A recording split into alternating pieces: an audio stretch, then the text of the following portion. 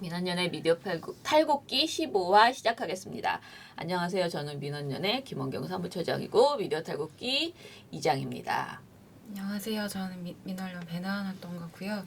미디어 탈곡기 분야회장입니다. 네, 영원한 청년회장 이봉 활동가입니다. 영원할 순 없어. 영원합니다 저는. 늙지 않기 당신도 때문에. 늙어. 아이 늙지 않습니다. 맨날 나보고 늙었다고 구박하지만. 네. 자 어떻게 지내셨습니까? 저는 어제 사고 이후 계속 아파가지고 골골거리고 지금도 계속 아프고 정신이 없습니다. 그래도 정말 희망이 있다면 이제 거의 끝나간다는 거. 일주일 남았습니다. 일주일. 일주일 남았다는 거. 예. 자, 그러면 오늘은 제가 2개 할 거니까 저부터 털고 그 다음에 신문, 방송 이렇게 하고 시간이 되면 연합을 더 해보는 걸로 할게요. 자, 제가 조금 전에 말씀드린 포털은 제목이 뭐냐면 포털의 대선 뉴스 제목 수정, 중립선 논란 부를 수 있다라고 제목을 뽑았어요. 포털은 뉴스 제목은 언론사 고유 권한이라고 밝혀왔고요. 그리고 언론사가 전송한 뉴스 제목을 고치지 않는다는 그런 방침이 있었거든요.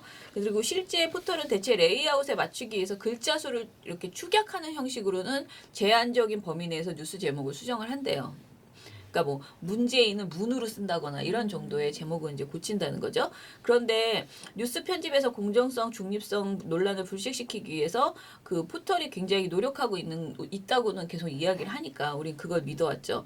그리고 신문법 10조 2항에서 언론사의 동의 없는 뉴스 제목과 내용 수정을 규제하고 있는 이 법도 있다고 합니다. 그래서 제목 수정을 뉴스 선택 배열과 함께 여론 형성 과정에서 포털이 행사할 수 있는 강력한 영향력으로 보고 있다라고 해요. 사실 우리 그렇게까지 생각 안 했는데 아무튼 제목을 수정하면 안 되는 게 굉장히 원칙적인 내용이라고 합니다. 그런데 저희가 4월 17일부터 28일까지 네이버와 다음에 모바일 대선 관련 뉴스를 모니터하면서 글자 수를 축약하는 수준이 아닌 그 이상의 문제라고 생각될 만한 제목 수정 사례를 발견을 한 거예요.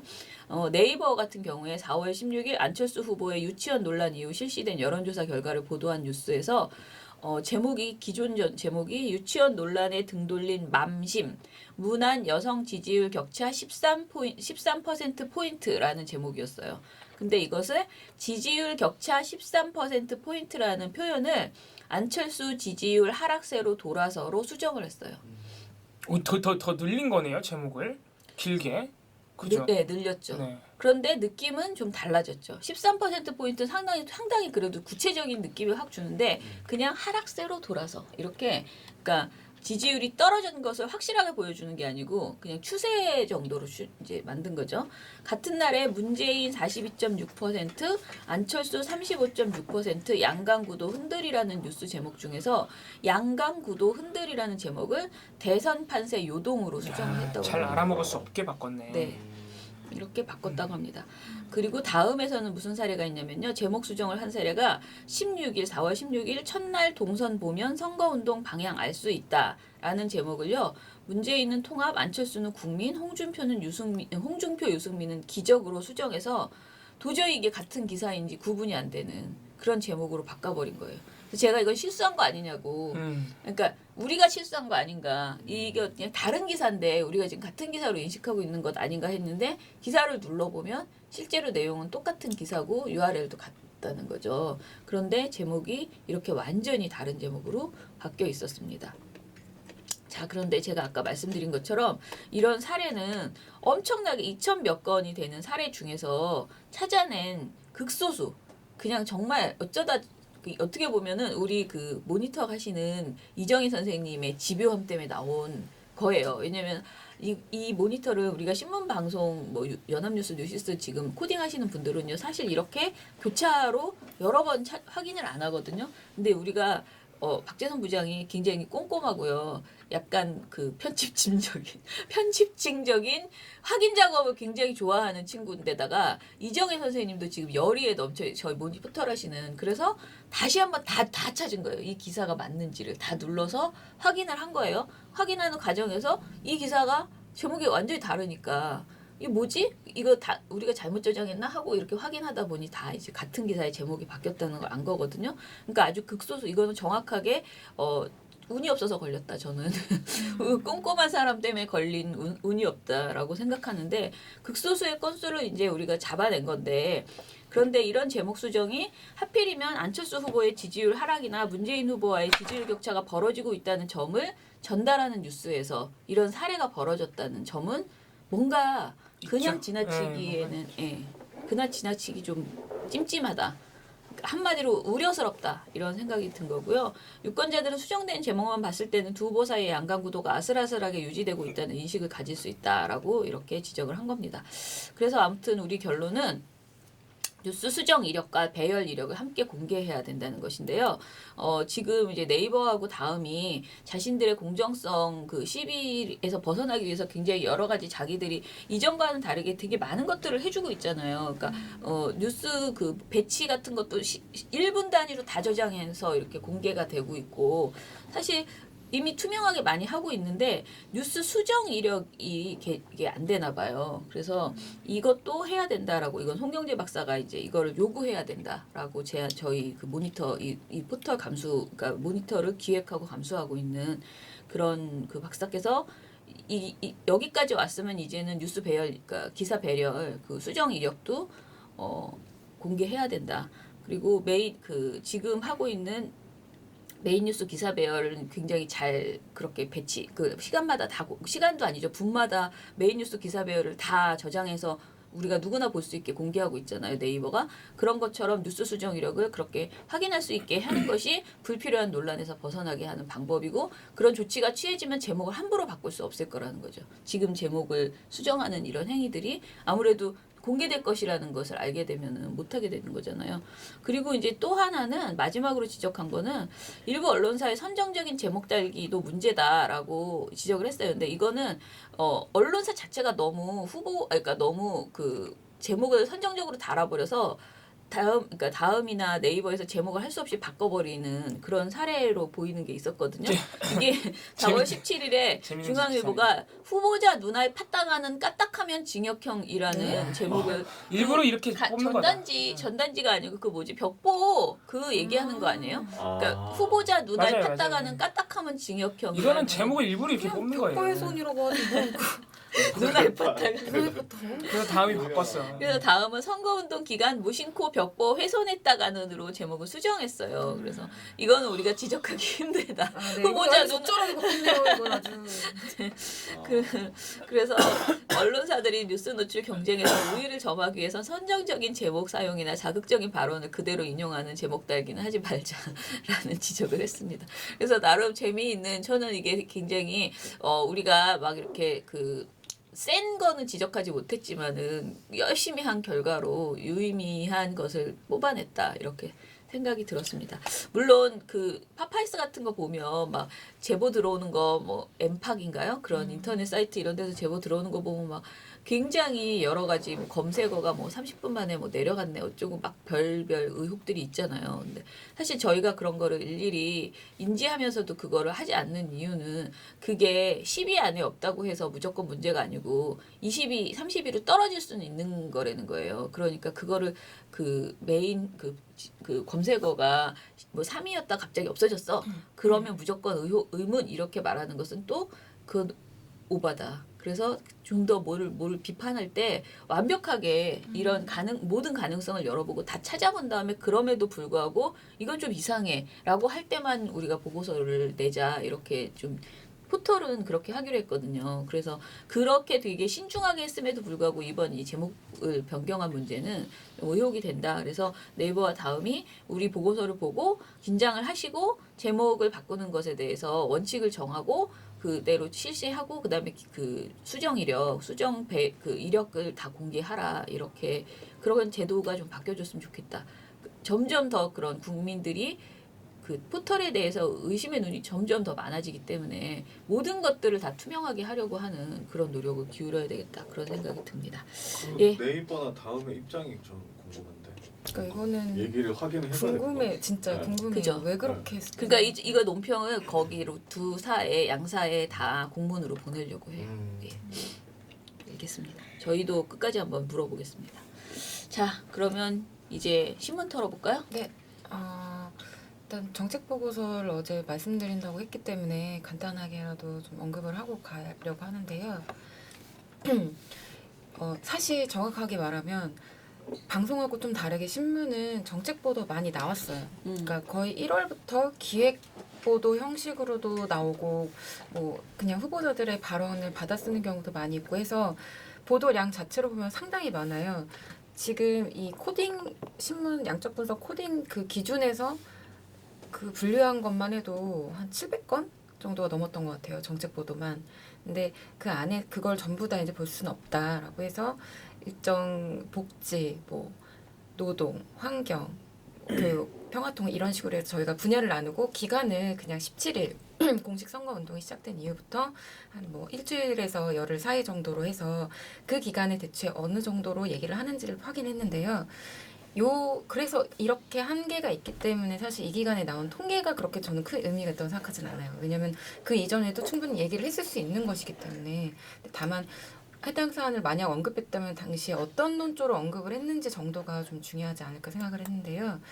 유의미한 그 부분은 사실 복지 그리고 환경, 노동 이 정도에서 좀 재미있는 그러니까 예상했던 결과가 나왔던 것 같습니다. 예를 들면 조선일보 같은 경우는 복지랑 환경 부문에서 거의 모든 정책 검증 보도에서 돈 얘기를 해요. 그러니까 제목에 일단 얼마가 드는지를 써주고 그리고 첫 문장이나 첫 문단에 얼마의 재원이 소요된다. 혹은 이 재원을 어떻게 마련할 거냐고 뭐 의혹이 있다. 막 이런 식으로 약간 부정적인 뉘앙스로 딱 시작을 해요. 근데 동아일보도 사실 복지 관련 보도에서 의문을 제기하긴 하거든요. 예산에 대해서. 근데 저는 사실 이 돈을 무슨 돈으로 이걸 할 거냐라는 질문 자체는 되게 타당하다고 생각해요. 네. 그러니까 그렇죠. 증세할 거냐? 증세할 거면 뭐 어떤 식으로 할 거고 조세 조항을 어떤 식으로 뭐 할 거냐 이렇게 구체적인 방안을 제시하라고 후보에게 요구하는 질문이잖아요, 말 그대로. 근데 조선일보 보도는 약간 좀 결이 다른 게 돈이 많이 드니까 어떻게 돈을 마련할 것인지 대책을 마련하라가 아니고 돈이 많이 드니까 하지 마. 그러니까 그런 차이점들이 있는 거예요. 그리고 또 하나 이런 복지나 환경, 그러니까 복지에서는 대표적으로 조선일보가 관심을 보였던 게 기초연금 부분이었거든요. 근데 이런 보도에서 사실 검증이라고 얘기를 하려면 단순히 기초연금에 소요되는 돈을 따질 것이 아니라 이런 복지 부문에서는 시행되지 않았을 때 우리 사회가 그 부문의 문제를 해결하지 못했을 때 발생하는 어떤 소요 비용들이 있는 거잖아요. 그런 것들에 대해서도 감안을 하고 얘기를 해줘야 되는데 그건 없어. 그냥 단지 그 복지 비용에 드는 딱 소요 비용만 가지고서 계속 물고 늘어지는 거죠. 그러면 이거는 사실상 정책 검증 보도가 아니라 그냥 나는 복지가 싫다라고 하는 복지 혐오증을 드러내는 보도라는 판단이 좀 들었고요. 또 하나 환경 부문에서도 제가 굉장히 우려스럽게 봤던 게 노후 핵발전소 폐기 공약들이 있었거든요. 대선 후보마다. 네. 여기에 대해서도 노후 원전 그 폐쇄 공약에 대해서도 돈이 날리게 생겼다라는 지적을 하는데 어떤 식이냐면 탈핵이라고 하는 어떤 지향점에 대해서 구체적인 대응이 나오지 않고 있다. 그러니까 그냥 지향점만 있고 대선 주자들이 실질적인 에너지를 그럼 어떻게 그 빈 공간을 어떻게 해결할 것이냐라는 거에 대한 질문은 다들 나오거든요. 근데 조선일보는 그 얘기를 하면서 살짝 그 민주당에서 얘기를 하는 노후 핵발전소 폐기 공약을 그런 돈이 많이 드는 공약 사이에 끼워 넣어요. 예시로. 그러면 예를 들면 저처럼 모니터를 해서 막 교차 검증하고 계속 여러 개를 보는 사람이 아니라 조선일보나 중앙일보 보도 이렇게 딱 보는 사람은 이것도 돈이 많이 드는 공약 중에 하나구나라고 그냥 쓱 넘어갈 수 있는 거예요. 근데 그거는 전혀 다른 얘기죠. 노후 핵발전소 폐기 공약은 돈의 문제로 해결할 게 아니라 이것도 사실 문제 발생 시에 우리가 사후 처리 비용까지 감안해야 되는 거죠. 정말 비용을 따지려면. 근데 그런 부분에 대한 고민이 전혀 없었다. 그게 좀 우려가 되고요. 또 하나 사실 노동 부분 같은 경우는 동아일보랑 중앙일보가 좀 문제가 심각했다. 왜냐 이게 여러 가지 여러 가지 뭐 일자리 공약들이 있는데 다른 것보다 일단 박근혜식 노동개혁을 해야 된다라는 주장을 반복하고 있거든요. 심각하네. 근데 이게 사실 우리 한국 노동시장 같은 경우는 유연화가 되어 있죠. 이미 상당히. 그런데 이런 상황에서 뭐 말은 그렇게 해요. 앞으로 보호도 더 강화를 하고 뭐 하지만 더 유연성도 유연성도 늘려서 또 다 같이 잘 살자 이런 얘기를 하는데 이렇게 얘기를 하면 사실 노동자 입장에서는 그냥 아직 안전장치는 준비 안 됐는데 만들 거니까 일단 뛰어내려. 약간 이런 느낌을 받는 거예요. 저도 노동자로서 그런 느낌을 받는단 말이에요. 일단 사회 안정망 확충하고 당신이 그런 어떤 유연화된 노동 환경에 처하게 돼도 당신이 충분히 인간으로서의 존엄성을 지키며 살아갈 수 있다. 우리 사회가 그렇게 만들어질 수 있다라는 믿음을 주지 않고 있잖아요, 우리 사회가. 근데 거기에 대한 지적은 일단 없고 노동 유연화만 외쳤다라는 좀 우려스러운 지점들이 있었습니다. 그리고 또 하나는 중앙일보 같은 경우는 아주 좀 이상한 주장을 하는데요. 지금 우리 5명의 대선 주자가 모두 그 최저임금 10,000원 인상 네. 공약을 동시에 냈죠. 그리고 이게 사실 다 같은 공약이고 언제까지 달성할 것이냐라고 하는 기간만 좀 설정을 다르게 하고 있는데 중앙일보는 아주 이상한 말을 하는 게 최저임금 인상 기조를 유지하는 건 괜찮지만 공약에서 이렇게 10,000원 이렇게 구체적인 금액을 공표하는 건 바람직하지 않다. 이유가 뭐죠? 근데 이유를 기사 내에서 설명을 하지 않아요. 그냥 싫은 거구나. 그래서 나한테도 와서 물어봤어. 왜 그러는지. 왜 그래요? 내가 왜? 저는 잘 이해가 안 되는 거예요. 근데 이게 이런 이유도 식으로 없어? 이런 식으로 그러니까 기존은 사실 그 말 그냥 자체가 싫은 거 아니야? 되게 웃긴 게 이미 최저임금은 기조상 오르게 돼 있어요. 그러니까 공약과 무관하게 매년 올라요. 물가 인상률 여러 가지 감안을 해서 조금씩 오르는데 이렇게 10,000원이라고 굳이 얘기를 하는 건 좀 우리가 급진적으로 올릴 필요가 있다. 어떤 구호성 공약으로서 내놓은 거잖아요. 근데 이 10,000원이란 공약이 싫다. 말하지 말라라고 하는 건 기조만 남겨놔라라고 하는 건 이렇게 급진적으로 올리려고 하는 그 분위기 자체에 거부감을 느끼는 거 아니냐는 의혹이 든다는 거죠. 그래서 좀 약간 이해할 수 없는 주장을 했다. 중앙일보가. 네. 그런 생각을 했습니다. 그 정도가 사실 좀 눈에 띄었던 것 같습니다. 근데 그 10,000원이 네.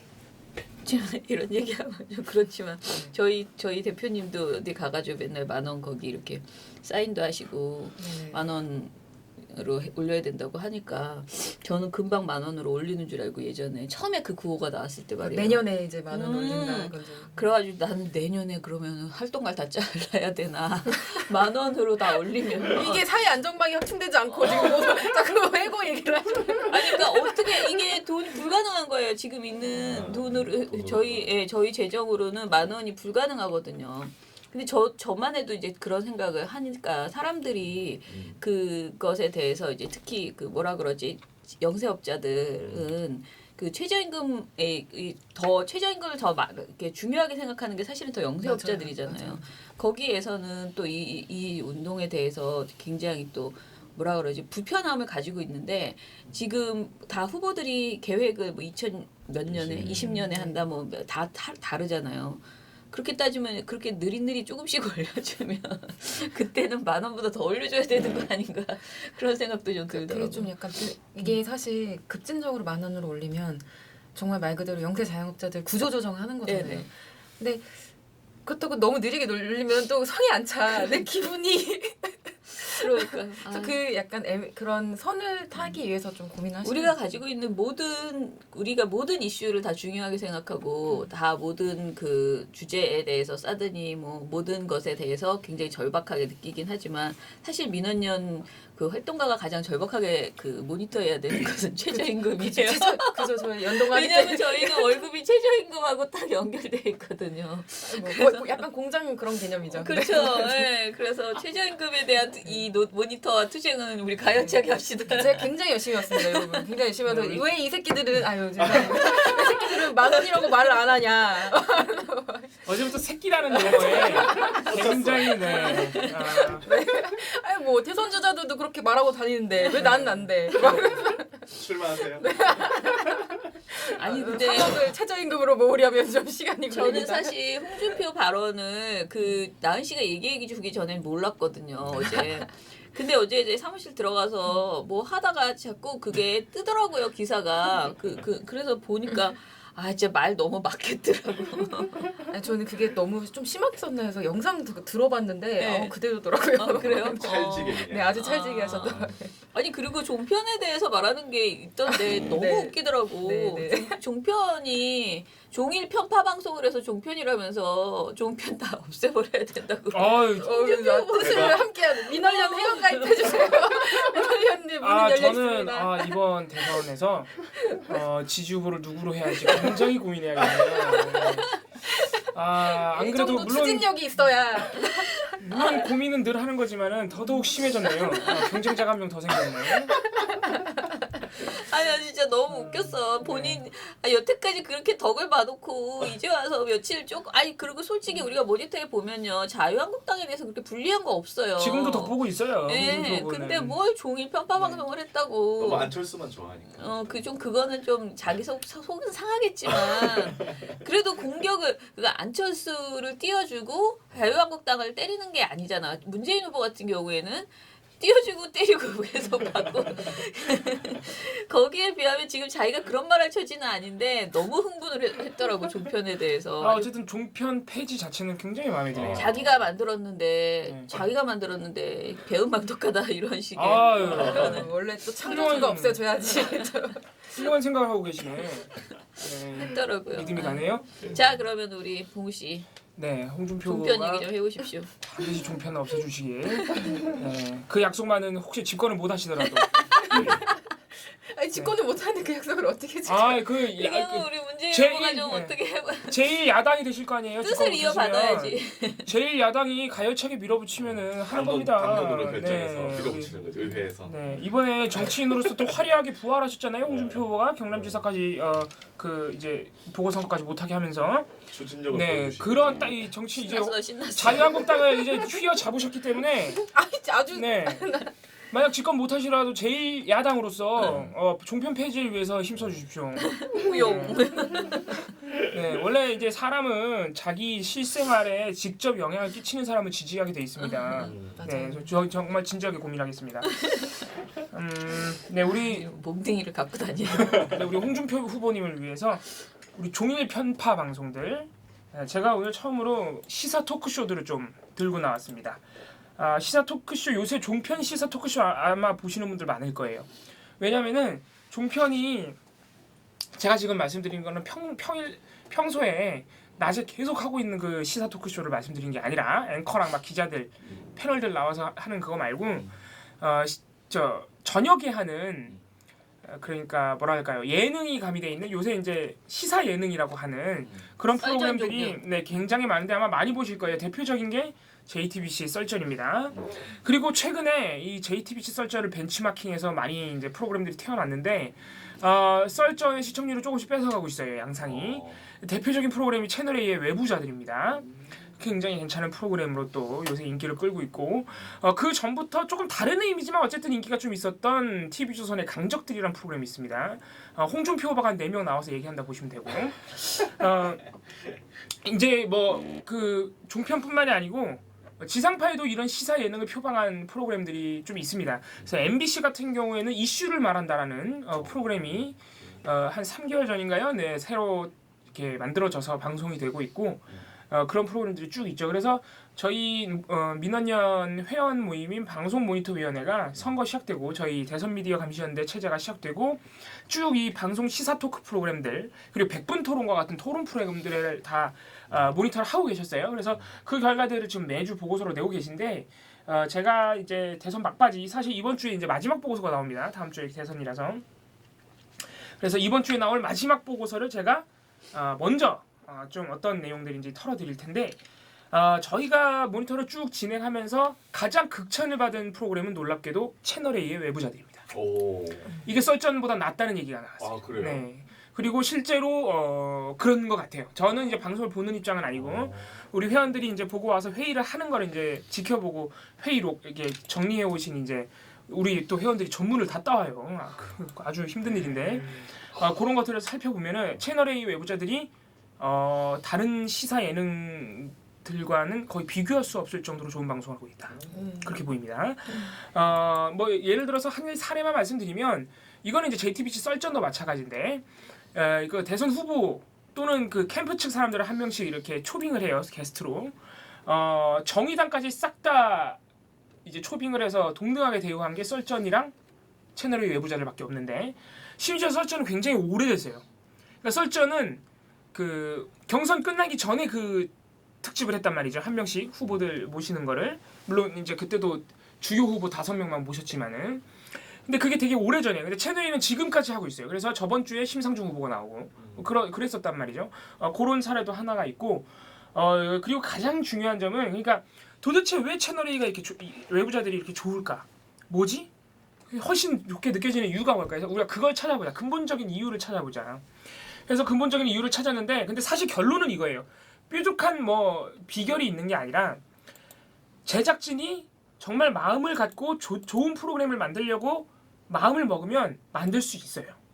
근데 그래서 우리 결론은 뭐냐? TV조선 강적들이나 뭐 MBC 이슈를 말한다 이런 프로그램들 또는 MBN 판도라도 아마 요새 보시는 분들이 좀 있는 걸로 아는데 MBN 판도라 이런 이제 쉬이 말해서 거지 같은 프로그램들은 제작진이 그렇게 만들려고 하는 거예요. 그러니까 말 그대로 선정적이고 네거티브적이고 이런 것만 골라서 하려고 마음 먹고 하는 방송이고 채널A는 이제 채널A PD가 제 성함을 까먹었는데 채널A 그 외부자들 PD가 어디 여러 군데서 인터뷰를 하셨는데 정말 의도적으로 정의당까지 포함시키고 이렇게 형평성을 맞추고 네거티브 아무리 선거에서 네거티브가 많이 나와도 그거를 아예 주제에서 빼려고 많이 노력을 한다 이런 인터뷰를 하셨어요.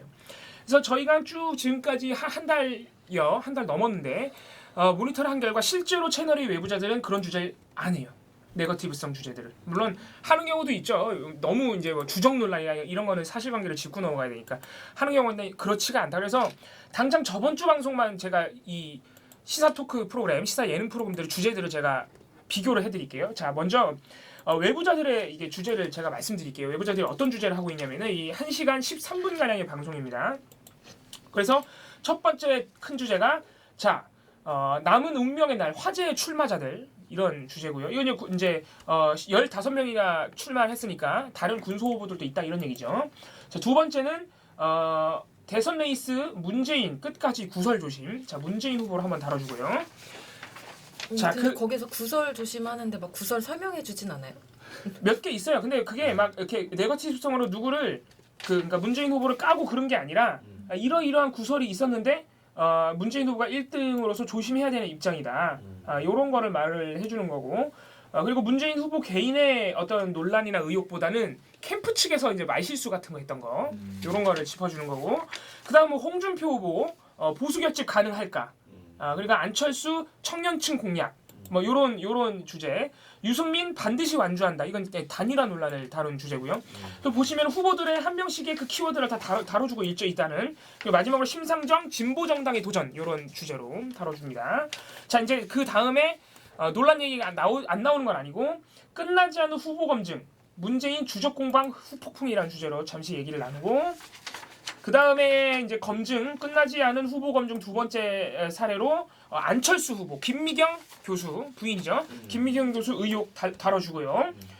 그 다음에 여기 김미경 교수의 보좌관 착취 논란까지 다뤘네요. 그 다음에 또 안철수 자산 증식 의혹까지 다뤄주고 이게 논란 같은 경우에는 유력 주자인 문재인 안철수 두 사람만 다뤘습니다. 자, 그럼 보시면은 지금 각 주자의 행보와 각 주자의 논란을 한 번씩 다뤘죠. 그 다음으로 또 넘어가서 이제 판세를 읊어줍니다. 그래서 이번 대선의 키를 진 2030이라는 판세를 한번 짚어주고 그 다음에는 이제 판세는 이렇게 짧게 짚고 그 다음에 바로 정책으로 넘어가요. 그래서 대선 주요 정책 중 하나로 생활 밀착형 공약. 그래서 그 중에 첫 번째 통신비 공약, 두 번째 근로환경 여기 아까 말했던 최저임금이나 근로시간 들어가 있습니다. 이렇게 두 개의 정책을 아주 상세하게 풀어줍니다. 그래 후보 간 공약의 비교라든가 장단점을 비교를 해주죠. 자, 이런 식으로 보시면은 정말 프로그램이 알차게 짜여져 있는 거예요. 1시간 13분인데 각 후보의 5명 후보 전부의 이번 대선의 주요 행보를 지금 읊어줬고 그리고 문재인 안철수의 주요 논란들 특히 안철수 후보 논란이 잘 안 다뤄지는 경향들이 있는데 뉴스랑 시사 토크쇼를 통틀어서 아주 상세하게 다뤘어요. 물론 문재인 후보도 다뤘지만 그 다음에 짧게 판세 읊어주고 그 다음에 주요 공약까지. 그러니까 이 1시간의 짧은 방송에서 안 해준 게 없는 거예요. 상당히 충실하게 짜여져 있다. 그리고 무엇보다 정책이 들어가 있다는 게 이 시사 예능에서 정책이 들어가 있다는 게 보신 분들은 알겠지만 굉장히 희귀한 케이스예요. 거의 안 들어가요, 정책이. 그래서 자, 이 채널의 외부자들의 구성이 이랬는데 그럼 과연 다른 방송들 주제가 어땠느냐 한번 제가 말씀을 드릴 텐데 자, 먼저 가장 극명하게 대비되는 것부터 TV조선 강적들 저번 주 방송 똑같은 주에 방송된 어떤 주제들을 나눴냐. 자, 먼저 산으로 간 TV 토론회. 문재인 후보 북한의 발목 잡히나. 자, 안철수 지지 철회의 비밀. 그리고 스트롱맨의 힘센 척. 토론 강자 유승민. 이 토론 강자 유승민 이 정도는 괜찮죠. 자, 이 다음부터가 아주 재밌습니다. 국민 고구마 문재인은 혼술파, 홍트럼프 SNS로 전국 재패, 국민 장인 유승민, 신블리 심상정. 요건 봐줄게요. 진짜. 네. 아무 자, 선거 문화의 발전. 자, 요거 뭔가 괜찮은 것 같죠? 네. 선거 문화의 발전 요게 뭘 다룬 거냐면은 선거 유세차가 과거랑 다르다 이거예요. 그럼 문화가 아니라 아무 쓰잘데기가 없죠. 자, 역대 징크스로 점쳐보는 차기 대통령 이거 뭔지 아시겠죠? 네. 안경 쓰고 얼굴 네. 자, 여기도 충격적인데 부자 유세, 가난 유세. 이게 뭐예요? 돈 많은 사람 유세 잘하고 가난한 후보는 뭐 유세도 잘 못한다. 뭐 이런 취지입니다. 자, 그리고 왕 회장의 돈 통령 도전기, 대선 자금 후보 펀드의 비밀, 쩐의 전쟁, 온 동네 유세 차량, 뭐 이런 주제들. 지금 보시면은 벌써 쌈마이 너무 재밌겠는데? 그러니까 이게 자극적인데? 네, 이게 그러니까 굉장한 뭐라고 해야 될까요? 쟁점이죠, 사실은. 그러니까 제가 지금 읊어드린 주제들이 엄밀하게 얘기해서 시사 토크쇼에서 다루긴 좀 민망한 굉장히 싼티나는 주제들이에요. 그러잖아요. 그리고 돈이 특히 많이 들어요. 돈. 부자 유세, 가난 유세, 왕 회장의 돈 통령 도전기, 대선 자금 후보 펀드의 비밀, 쩐의 전쟁, 온 동네 유세차라. 이런 지금 방송 후반부에 한 4-5개가 전부 돈 관련된 얘기고, 그리고 국민 고구마 문재인, 홍트럼프 SNS 전국 재패, 국민장인 유승민. 정말 선정적인 주제들만 가져왔죠. 정말 유권자에게는 아무런 유권자의 선택에는 아무런, 특히 뭐 차기 대통령이 이끌어갈 나라의 비전 아무런 관계가 없는 이런 주제. 근데 문제는 뭐냐? 재밌다는 거예요. 맞아요. 재밌겠네요. 재밌다는 거예요. 네. 찾아보고 싶네요. 자, 지금 채널A 외부자들이랑 주제가 확 차이 나죠. 채널A 외부자들은 굉장히 듣기만 해도 지루할 것 같잖아요. 그렇잖아요? 네. 막 정책 얘기하고 통신비 공약 비교하고 있고, 거기다 얼마나 채널A 외부자들은 또 통계를 많이 갖다 쓰는지 화면에 그 그래프랑 여론조사 이런 거 굉장히 많이 띄우거든요. 자, 아무튼 주제는 이렇게 차이가 납니다. 자, 그 다음에 또 이제 말씀드릴 게 저희가 모니터하고 있는 것 중에 그 판도라가 있는데, MBN 판도라 같은 경우에는 이게 저희가 모니터하고 있는 방송 중에 가장 문제가 많은 방송이에요. MBN 판도라가 시작된 지가 얼마 안 됐고, 채널의 외부자들이랑 같이 비슷한 시기 올해 초에 이제 신생 프로그램입니다. 자, 이 프로그램은 일단 주제를 들어보시면 또 이상한 점이 발견될 텐데, 제가 주제를 한번 읊어드릴게요. 이 방송이 저번 주 방송에서 한 방송 주제, 약철수냐 강철수냐, 안철수 후보 리더십 논란, 안철수 네거티브와 검증, 안철수 지지율 하락의 원인은, 안철수 지지율 회복의 묘수는, 안철수의 선택은, 대선판을 흔들 마지막 변수는 보수단이라 가능할까, 투표율 마지막 변수가 될까. 자, 여기까지 어떠냐? 안철수가 너무 많죠. 안철수가 너무 많고. 자, 그 다음에 북풍의 실체, 북풍 따라 흔들리는 표심, 대선판 뒤흔드는 주적 논란. 여기는 이제 북풍 관련해서.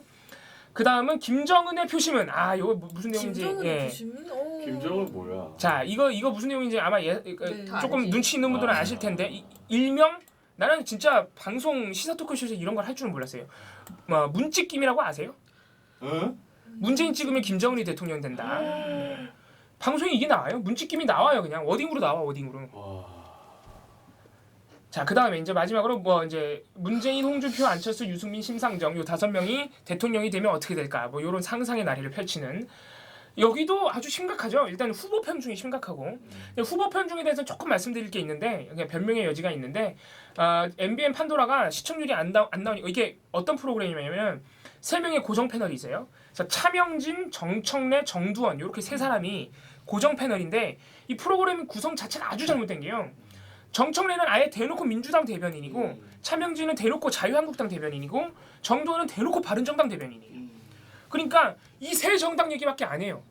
심지어는 이 프로그램의 사회자가 배철수 씨인데, 예를 들면 사회자가 방송 시작되면, 저번 주 방송 같은 경우에 방송 시작되면, 자, TV 토론 끝나고 민주당 분위기는 어땠습니까? 하면 정청래 의원이 대답을 해요. 자유한국당은요? 그러면은 차명진이 대답을 하고, 바른정당은요? 하면 정두원이 대답을 해요. 그러면 이 방송에서는요, 안철수, 그러니까 국민의당하고 정의당은 아예가 배제가 된 채로 계속 방송이 되고 있는 거예요. 저희가 수차례 그걸 지적했어요. 그러지 마라. 너네 방송 취지가 그런 것도 아니에요. 새 당에 방송 취지가 그렇게 해도 말이 안 되잖아요. 근데 방송 취지는 정치의 민낯을 파본다 막 이런 건데, 자유한국당, 민주당, 바른정당 대변인이 나와서 그냥 싸우고 있는 방송이에요. 실제로. 그리고 이 세 사람이 싸워요, 방송에서. 싸워요? 네. 그거 재밌겠네. 이거 봐요. 이거 봐. 어리석은 시청자를 대변하고 있습니다. 자, 그러니까 이 프로그램이 그래서 안 되는 거예요. 잘 안 돼. 시청률도 잘 안 나오고 그지 같다 욕만 먹고. 어. 그래서 이게 대선 시작되고 한 3주 전부터 게스트를 모셔오는데 음. 저번 주 게스트가 이용주 국민의당 의원이에요. 그래서 안철수 의원 주제가 많았던 거예요. 거기가 이해한다 이거예요. 근데 그 저저번 주네요. 그러니까 그 전전 방송의 그 게스트가 또 국민의당 대선기획당장 김영환 씨예요. 어? 그러니까 국민의당 게스트만 계속 나오는 거예요. 그것도 이상하죠. 그러니까 지금 계속 게스트를 모시고 있는데 대선 관련한 게스트는 딱 2명밖에 없었어요. 대선 관련해서 모신 게스트가 그 2명이 다 국민의당 사람이에요. 이용주, 김영환. 자, 그 이외의 게스트들이 있습니다. 제가 읊어드릴게요. 최순실 조카 조용래 씨, 노승일 씨, 유민 아빠 김영호 씨, 정윤회 문건 작성했던 박관천 전 경장, 그리고 국정농단 추적해서 정유라 파헤친 안민석 의원. 이게 뭐냐면 판도라가 정치 예능, 시사 예능이 대선만 다루는 게 아니잖아요. 다른 주제를 다룰 때 이런 게스트를 모신 거예요. 민주당 안민석 의원도 문재인 캠프로 온 게 아니라요. 정유라 얘기만 하다 갔어요. 그런데 유독 대선 기획으로 대선 게스트로 모신 2사람이 전부 국민의당 사람인 거예요. 하루 종일 그러니까 안철수 얘기만 하고 끝나요 방송이. 아주 이상한 방송이죠. 그러니까, 이거 완전 구성이 근데 진짜 말한 것처럼 완전 네. 잘못돼 있네요. 네. 진짜. 그러니까 제가 좀 심하게 얘기하면 정말 방송 보면 진짜 거지 같아요 방송이. 이런 방송이 다 있어 싶을 정도로 막 싸워요 자기들끼리. 방송에서 싸우는 게 말이 되냐고. 그러니까 싸운다는 게 장난으로 싸우는 게 아니고 진짜 싸워요. 그래요? 네. 그럼 재미는 없겠네요. 네, 배철수가 막 말린단 말이에요. 그러지 마시라고. 아무튼 되게 굉장히 재밌는 방송이 재밌는 방송. 다른 의미로 재밌는 방송인데. 그러니까 벌써 여기서도 채널 A 외부자들이랑 엄청난 차이가 나죠. 그리고 이제 썰전도 제가 말씀드릴 텐데 썰전 그나마 괜찮다는 썰전도 문제는 뭐냐면 저번 주 방송 같은 경우에 TV 토론 평가를 굉장히 긴 시간 동안 했어요. 여기까지는 이해를 하는데 홍준표 돼지발정제 논란, 안철수 아내 특혜 채용 의혹 논란, 안철수 토론 중 MB 아바타 발언 왜 했나 뭐 이런 거 여러 대선 여론조사 관련 각종 논란들 이런 거 짚어주고 끝났습니다. 근데 썰전도 물론 방송 자체는 굉장히 내용이 탄탄하고 좋습니다. 보시면 알겠지만 근데 역시 썰전에도 정책이 나오질 않아요. 정책 관련 잘 나오지 않아요. 아예 안 하는 건 아닌데 채널의 외부자들은 거의 매주 정책을 다뤄주고 있고 굉장히 지금 제가 아까 읊어드린 주제를 보시면 알겠지만 의도적으로 최대한 유익한 많은 정보들을 담아주려고 노력을 해요. 그리고 방송의 특징이 또 하나 뭐냐면 제가 아까 MBN 방송 구성 말씀드렸듯이 패널 구성이 벌써 이상하잖아요. MBN 판도라는. 근데 이제 채널A 같은 경우에는 이제 패널 구성이 어떻게 되냐면은 진중권, 정봉주, 전여옥 한 분 이름을 안영환 전 의원. 그러니까 전여옥, 안영환 2분은 구여권 세력이죠. 그리고 진중권, 정봉주는 야권 세력이면서 진중권 씨 같은 경우에는 좀 더 이제 좌측에 서 있는. 그래서 일단 2대2 균형을 맞추는데 저희가 그러니까 생각을 해봤을 때 정봉주 의원이나 전여옥 전 의원 같은 경우에는요 사실 다른 시사 토크쇼나 종편 프로그램 나가면은 만만치 않은 막말할 수 있는 분들이에요. 충분히. 네. 그런데 정말 채널의 외부자들에서 전혀 안 해요. 전혀. 제가 볼 때 이건 제작진이 개입을 하는 것 같아요. 그러니까 하지 마라. 그래서 굉장히 건전한 정말 토론만을 나누고 특히 세월호 참사 같은 거 다룰 때도 제가 볼 때는 그 어떤 방송보다도 더 훌륭하게 다루고 있어요. 네. 어떤 면에서요? 그러니까 뭐 유가족의 입장이라든가 그 이번에 인양 과정에서 나왔던 수많은 문제점들 그리고 그 셀비지 그 인양 업체 선정하는 데 있었던 의혹들 제가 볼 때는 그 어떤 뉴스보다도 훨씬 더 구체적으로 풀었어요. 네. 왜냐하면은 막 한겨레 경향신문 할 거 없이 모든 신문 다 인용하고요. 그런 거에 있어서는 제작진이 이제 허용을 하는 것 같아요. 어떤 것이든 그 인용할 것만 있으면 무조건 가져와서 인용하자. 그래서 그 이제 화면 구성도 상당히 잘하는 게 만약에 어떤 진중권 씨가 통계 자료를 읽고 있거나 어떤 뭐 기사를 인용한다. 그러면 무조건 자료 화면이 떠요. 무조건. 네. 준비를 많이 하는 거예요. 자막도 굉장히 성실하게. 그리고 또 이게 재미가 있어야 되니까 자막을 그냥 까는 게 아니에요. 그러니까 예를 들어서 제가 기억나는 것 중에 가장 재밌는 자막이 뭐냐면 이 네 분이서 패널들이 얘기하다가 문재인 후보든 누구든 차기 정권을 잡는 야권 그러니까 지금의 야권 주자는 그러니까 정권이 만약 교체된다면 그 차기 대통령 굉장히 힘들 것이다. 왜냐면은 정권을 바꾸자마자 다스베이더랑 싸우는 상황이다. 너무 많다는 거예요. 그러니까 우리 쪽에서 보면 적폐 세력이 그러니까 박근혜 대통령이 심어놓은 사람들 뭐 또는 최순실이 심어놓은 사람들이 지금 정부 요직을 공무원들을 싹 다 차지하고 있다는 거죠. 장관부터 청와대까지. 그래서 채널A가 그런 이게 패널들이 그런 얘기를 하니까 패널들이 입에서 안 나온 건데 지금 지금 정부의 박근혜 씨가 임명해 놓은 사람들 그 이름을요. 그 직책하고 이름을 쫙 화면에 계속 올려요, 그냥. 그 패널들 말하고 있는 위로. 그 오버랩해서 계속 올리는데 그 스타워즈 자막 아세요? 스타워즈 그 영화 시작할 때 이렇게 쭉 올라가는 거 끝날 때 시작할 때야. 그 마지막에 그 올라가는 거 그거처럼 계속 쭉 올리는 거예요. 스타워즈 배경음악 틀어놓고. 신났지. 네. 내가 그래서- 맨날 이 소리를 요즘 듣고 있어. 채널A 외부자들을 칭찬하는 이 우리 보우 씨. 네, 그래 뭐 제가 너무 지금 칭찬한 걸 수 있는데 아무튼간에 프로그램 자체는 굉장히 괜찮다. 네, 제가 볼 때 썰전보다 괜찮아요. 네, 썰전은 1대1로 싸우니까 또 나름의 묘미가 있지만 굉장히 다크호스로 떠오른 프로그램이다. 물론 저희가 이게 채널A를 자꾸 칭찬하는 게 굉장히 저도 어색하긴 한데 아무튼 외부자들만 떼놓고 보면 괜찮다. 뭐 이렇게 말씀드릴 수 있겠고 다른 TV조선 강적들, MBN, 판도라는 정말 심각합니다. 정말. 네, 정말 심각한 수준으로 저 방송 그만했으면 좋겠을 정도로 아무튼 그렇게 지금 종편들 사이에서 차이가 나고 있습니다. 그리고 마지막으로 하나 붙여드리면 MBC 100분 토론이 막장으로 흘러가고 있다. 네, 뭐 그래서 막 김진 막 이런 분들 나와가지고 이 저번 주 방송에서는 저저번 주 방송인데 이분이 김진 씨가 100분 토론 도대체 나는 100분 토론에 왜 그 사람을 모시는지부터 이해를 할 수가 없어요. 그잖아요. 이게 제작진의 이 생각 차이가 이렇게 다른 거예요. 김진 같은 분은 모시면 안 되죠. 얼마 전까지 자유한국당 대선 후보였다. 물론 모실 수는 있지만 지금도 자유한국당의 무슨 단장? 네, 무슨 단장이에요. 보수 개혁 단장인가 뭐 그런 거 하고 계세요. 그리고 심지어는 정민경 의원이 또 같이 나와 한 회에 아무튼 이제 그런 상황인데 편이야? 더하네. 김진 씨가 나와가지고 그 토론 주제가 각 당의 대선 필승 전략을 듣는 거예요. 실제로 그래서 각 당의 대선 그 선대위원들을 모시긴 했어요. 그래. 근데 김진 이분이 나와가지고 자 새누리당 한나라당의 필승 전략은 무엇입니까? 그거에 대해서 토론해 보시죠. 해서 먼저 김진 씨한테 발언 시간을 줘요. 그럼 필승 전략을 말해야 될 거 아니에요. 그거 가지고 이렇게 비판도 하고 다른 사람들이랑 토론을 하는 거니까 다짜고짜 문재인 후보는 왜 대북 송금 그 특검 해놓고 왜 김대중 구속 안 합니까? 이러는 거예요. 이게 우리의 전략입니다. 그게 전략이라는 거야. 아무튼 지금 바로 보여드리겠습니다. 공중파 100분 토론에서 지금 이런 상황이 연출되고 아니 있어요. 애초에 질문 자체도 너무 구린데요. 왜 필승 전략을 물어봐? 아무튼간에 100분 토론이 뭐 지금 종편의 심각한 수준의 시사 예능들과 비슷한 수준으로 흘러가고 있다. 이렇게 정리할 수 있겠습니다. 저는 오늘 특집으로 시사 예능을 털어드렸습니다. 그 제가 이 외부자들이 그렇게 좋다고 계속 그러는데 사실 저는 외부자들도 한 번밖에 안 보고 MBN 그 판도라도 한 번밖에 안 봤는데 제가 봤을 때는 장진수가 아니고 그 누구지? 아까 말한 박관천 경정 나왔을 때였던 것 같아요. 근데 그날은 그냥 그 주제를 가지고 얘기하는 거는 괜찮았거든요. 판도라가.